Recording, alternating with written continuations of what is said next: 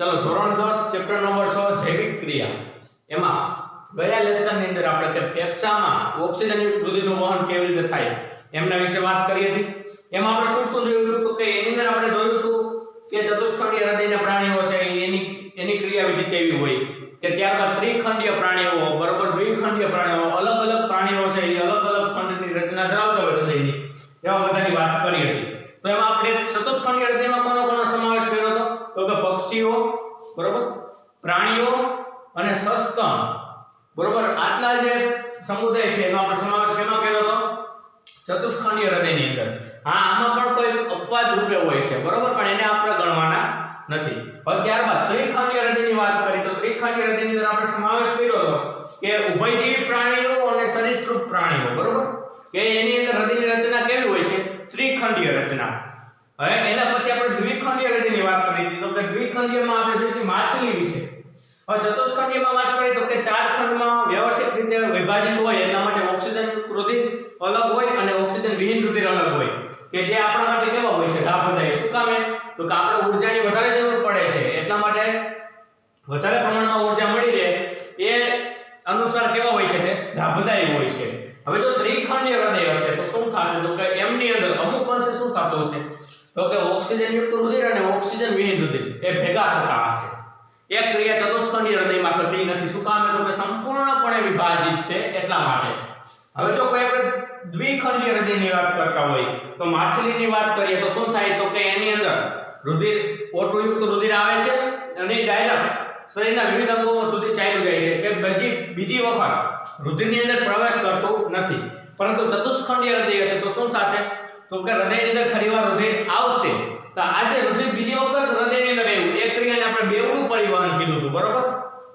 તો એના પછી હવે આપણે વાત કરવાની છે રુધિર વાહિનીની અંદર બરોબર નલિકાની વાત કરશું કે જે રુધિર છે એ હૃદયમાંથી ક્યાં અંગ દ્વારા જાય છે તો કે નલિકા મારફતે જશે। કેના મારફતે જશે નલિકા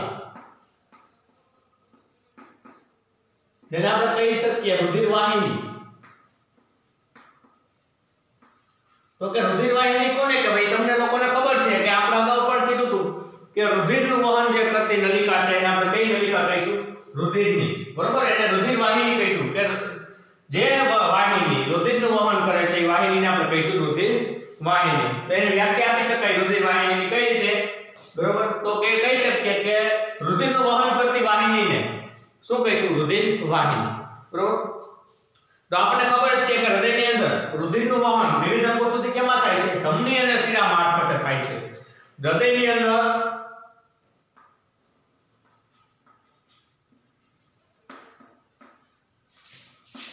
વિવિધ અંગો સુધી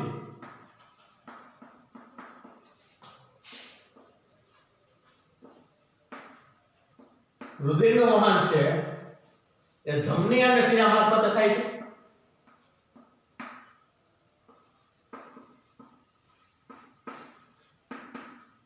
તો ચાલો પહેલા વાત કરી લઈએ આપણે ધમનીની બરોબર।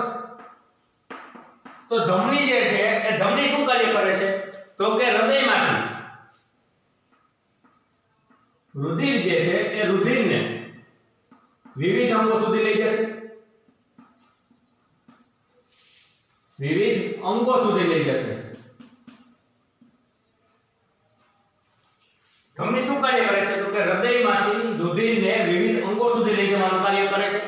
ચાલો બીજી વાત આપણે કરીએ તો કે ધમની છે એમની દીવાલ કેવી હોય તો કે ધમનીની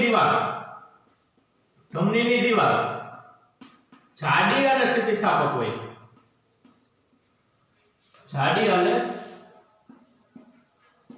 સ્થિતિસ્થાપક હોય। શું કામે જાડી અને સ્થિતિસ્થાપક રાખવી પડે તો કે જે હૃદયમાંથી રુધિર આવશે એ કેવું હશે દબાણયુક્ત રુધિર હશે કે એમની અંદર દબાણ હશે। શું કામે દબાણ હોવું જોઈએ તો કે આપણે એને પંપ તરીકેનું કાર્ય કરાવી છે હૃદયને આપણે કેવું કાર્ય કરાવી છે પંપ તરીકેનું। જો પંપ તરીકેનું કાર્ય કરાવી એટલે રુધિર છે એ કેવું હશે દબાણયુક્ત રુધિર હશે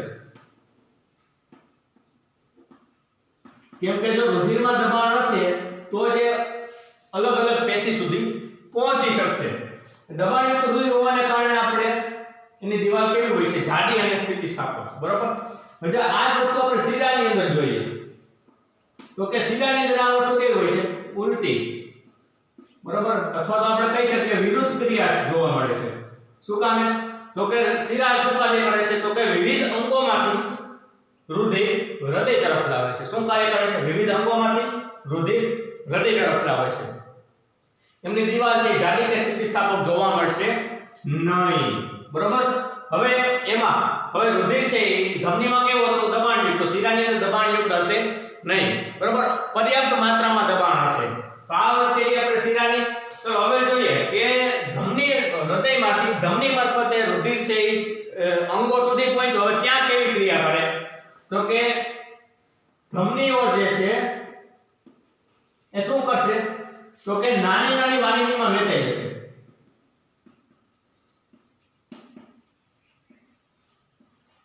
નાની નાની વાહિનીમાં વહેંચાઈ જશે.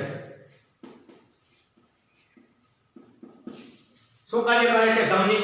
તો કે ધમની છે કોઈ પણ અંગ કે પેશી સુધી પહોંચે ત્યારે નાની નાની વાહિનીમાં વહેંચાઈ જાય. શું કામે વહેંચાઈ જાય છે? તો કે જે બધા જ કોષ છે અંગ કે પેશીના એ બધા જ કોષને સમાન પ્રમાણમાં સરખા પ્રમાણમાં રુધિર મળી રહે એટલા માટે.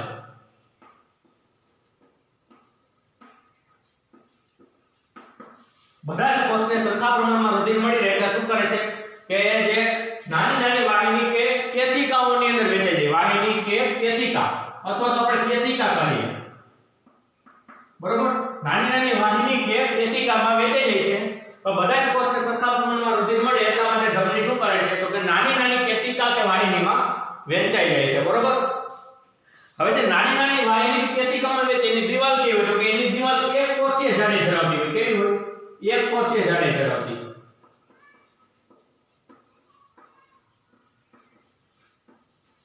એક કોષીય જાડી ધરાવતી દીવાલ. જો આટલી દીવાલ હોય, એક કોષીય જાડી ધરાવતી દીવાલ હોય તો એમાં એક પટલ જ હોય કે જેના મારફતે રુધિર જે છે એ વાહિનીમાંથી કે અંગો સુધી કોષો સુધી સરળતાથી પહોંચી શકે એટલા માટે વિનિમય કરી શકે એટલા માટે શું હોય? એની દીવાલ છે કે હોય એક કોષીય જાડી ધરાવતી દીવાલ જોવા મળે છે. બરોબર, તો હવે શું થશે? તો કે રુધિર જે છે એ કોષો સુધી પહોંચી ગયો. હવે એમાંથી જે વધારાનું જે છે એ આ જે કેશિકા છે કેશિકાઓ મારફતે શિરામાં જશે. કેશિકાઓ શું બનાવશે? ભેગી થઈને શિરાની રચના કરશે. કેશિકાઓ છે એ ભેગી થઈને શિરા બનાવશે. શિરામાંથી રુધિર પાછું ક્યાં જશે? તો કે શિરામાંથી રુધિર છે એ ફરીવાર હૃદયની અંદર આવશે. આ ક્રિયા વાત કરી આપણે નલિકાની. બરોબર, એની અંદર આપણે જોયું શું? તો કે રુધિર વાહિની. જો હવે આપણને બીજો પ્રશ્ન એ આવે કે આપણે રુધિર વાહિનીની જો આ બધી ક્રિયા થતી હોય ધમનીની શિરાની કે રુધિર વાહિનીની અંદર જો રુધિર પરિવહન થતું હોય, બરોબર, તો આપને એક એવો સવાલ આવે મગજની અંદર કે તો આ બધે શું ક્યારેય ખામી નહીં આવતી હોય અથવા તો તૂટી નહીં આવતી હોય કે કોઈ આ નલિકા હોય એ તૂટતી નહીં હોય? બરોબર, તો એ તૂટતી હોય એનું કાર્ય કોણ કરશે? તો કે એ તૂટતી હોય એનું રક્ષણ કરવાનું કાર્ય કોણ કરશે? તો કે ત્રાપકણ કરશે. કોણ કરશે? ત્રાપકણ. એ શું કાર્ય કરશે? તો કે રુધિર વાહિનીની જે રુધિર વાહિની છે એમના રક્ષણ કરવાનું કાર્ય કરશે. હવે માનો કોઈ આપને ઘા થયો, બરોબર, કોઈ શરીર પર ઘા વાગ્યો તેમાંથી રુધિર નીકળશે. તો રુધિર નીકળે, બરોબર, એટલે શું થાય? તો કે શરીરની અંદર જે રુધિર હશે શરીરની અંદર જે રુધિર હશે એની દબાણ કેવું થશે? ઘટશે. દબાણ અવરોધ થશે. બરોબર, તો દબાણ અવરોધ થશે ક્યાં સુધી? તો કે જ્યારે બહાર રુધિર નીકળતો હશે ત્યાં સુધી શું થશે? તો કે જે દબાણ છે રુધિરનું અંદરની તરફ એ અવરોધ થશે. તો એટલા માટે ત્રાપકણ શું કાર્ય કરે છે? તો કે ત્રાપકણ જે ઘા વાગ્યો છે ત્યાં રુધિરને જમાવી દેશે. શું કરશે? રુધિરને જમાવી દેશે. અને જે અવરોધ છે એને રોકશે કે અવરોધક તરીકે કાર્ય કરશે. રુધિરને શું કરે છે? જમાવી દેશે. અને ફરીવાર જે પેશીનું સમારકામ કરશે. પેશીનું સમારકામ કરવાનું કાર્ય કોણ કરે છે? ત્રાપકણ. તેનું તો કે રુધિર વાહિનીનું સમારકામ કરવાનું. રુધિર વાહિની સમારકામ આ કાર્ય કોણ કરે છે? ત્રાપકણ. બરોબર, તો આ વાત કરી આપણે ત્રાપકણની. હવે ત્રાપકણ પછી વહનની અંદર બીજું એક પ્રવાહી પણ વહન કરતો હોય. એ પ્રવાહીનું નામ આપીશું આપણે લસિકા. લસિકા એક પ્રવાહી છે એ પણ શું કાર્ય કરે છે? તો કે રુધિરની સાથે સાથે વહન કરવાનું કાર્ય કરે છે. બરોબર, હવે જે લસિકા છે એ એ કેશિકાની દીવાલ મારફતે આવે છે। જે આપણે આ કેશિકાની વાત કરી હતી એ કેશિકાની દીવાલમાં કેશિકાની જે દીવાલ હોય એની અંદરની તરફ છિદ્ર હોય એ છિદ્ર મારફતે કેશિકાની દીવાલમાંથી છિદ્ર મારફતે શું કરશે તો કે એમાંથી અમુક પ્રકારના પ્રોટીન અને રુધિર કોષો, જો આપણને બધી ખબર જ છે કે કેશિકા છે, કેશિકાની અંદર શું હોય છે? રુધિર રસ। શું હોય? રુધિર રસ, બરોબર। તો એ રુધિર રસ કેશિકાને જાતો હોય તો ત્યારે એમની દીવાલની અંદર જો કોઈ છિદ્ર હોય તો છિદ્ર મારફતે એ રુધિર રસમાંથી પ્રોટીન અને રુધિર કોષો છે એ ક્યાં આવશે? તો કે આંતરકોષીય અવકાશ હશે, કે બંને કોષ વચ્ચેનો જે અવકાશ હોય એને કેવો અવકાશ કહેવાય? આંતરકોષીય અવકાશ। એ આંતરકોષીય અવકાશમાં આવશે।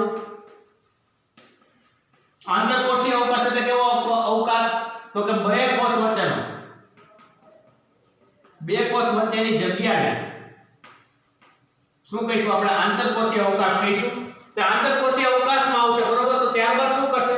તો કે આંતરકોષીય અવકાશમાં આવશે ત્યારબાદ એ જે છે એ મોટી મોટી શિરાઓ મારફતે શું કરશે? મોટી મોટી શિરાઓ મારફતે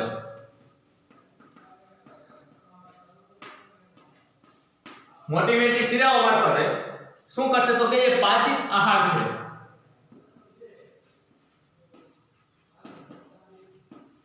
પાચિત જે આહાર છે એમની સાથે સાથે નાના આંતરડામાં ચરબીનું જેટલું પાચન થયું છે। તેનું પાચન ચરબીનું ક્યાં થાય? ચરબીનું પાચન નાના આંતરડામાં। તો આવા જે બધા છે પાચિત આહાર અને ચરબીનું પાચન એ બધું મોટી મોટી શિરાઓ મારફતે લસિકા જે છે એ શું કરે છે? એમને રુધિર સુધી પહોંચાડવાનું કાર્ય કરે છે। સાથે સાથે જો હજી કે બીજા કોઈ કોષીય અવકાશ હોય તો કોષીય અવકાશમાં અમુક પ્રવાહી રહેશે કે બીજા કોઈ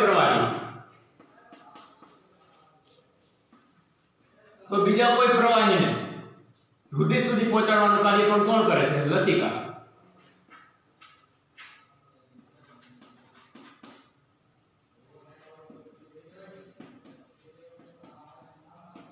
તો આ વાત કરી આપણે લસિકાની અંદર, બરોબર। કેની વાત કરી? લસિકાની વાત। તો લસિકાનું કાર્ય જોયું, ત્યારબાદ આપણે ત્રાકપણનું કાર્ય જોયું અને છેલ્લે નલિકાનું કાર્ય, આ ત્રણ વિશેના કાર્ય જોયા, બરોબર।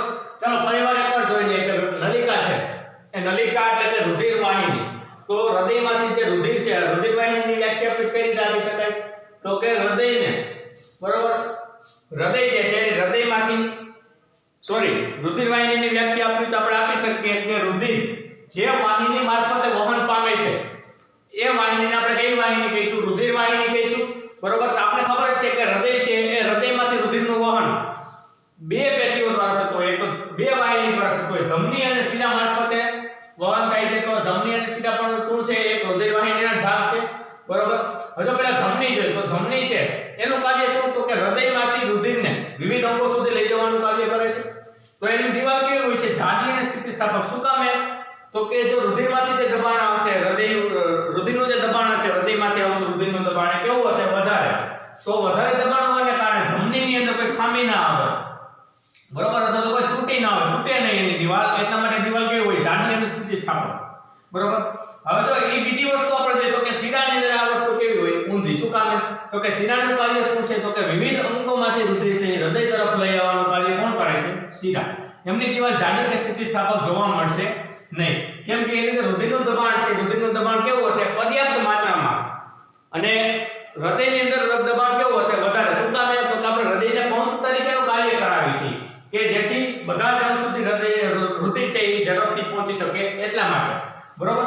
હવે તો ધમની શું કરે છે? તો કે ધમની છે એ નાની નાની વાહિનીઓ મારફતે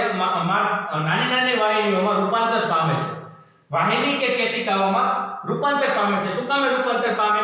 તો કે જ્યારે કોઈ ધમની છે એ કોઈ પેશી કે અંગ સુધી પહોંચશે ત્યારે શું થશે? તો કે છૂટી છવાઈ થઈ જશે, નાની નાની વાહિનીમાં વહેંચાઈ જશે।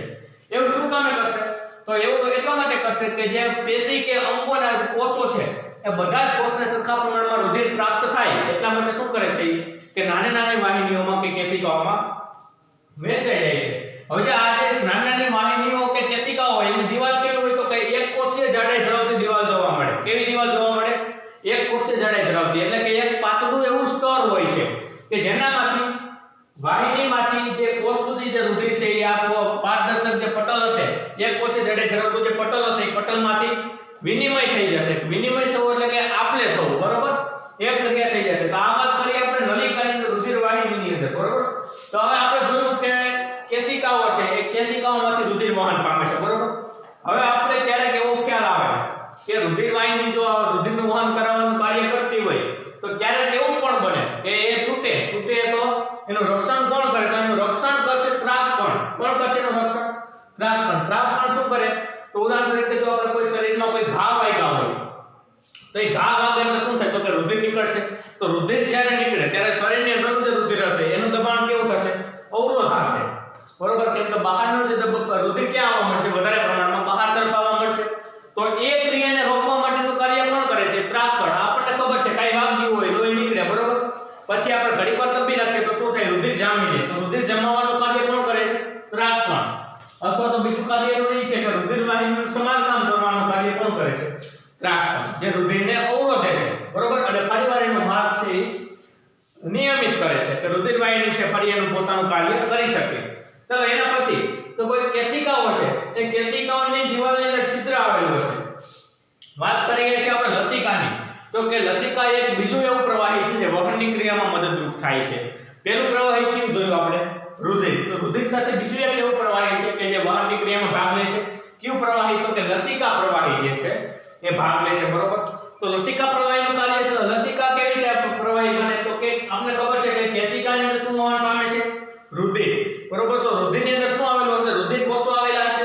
તો રુધિર કોષોના જે પ્રોટીન અથવા તો રુધિર કોષ જે છે રુધિર રસની અંદરના જે પ્રોટીન કે રુધિર કોષ એ શું કરશે?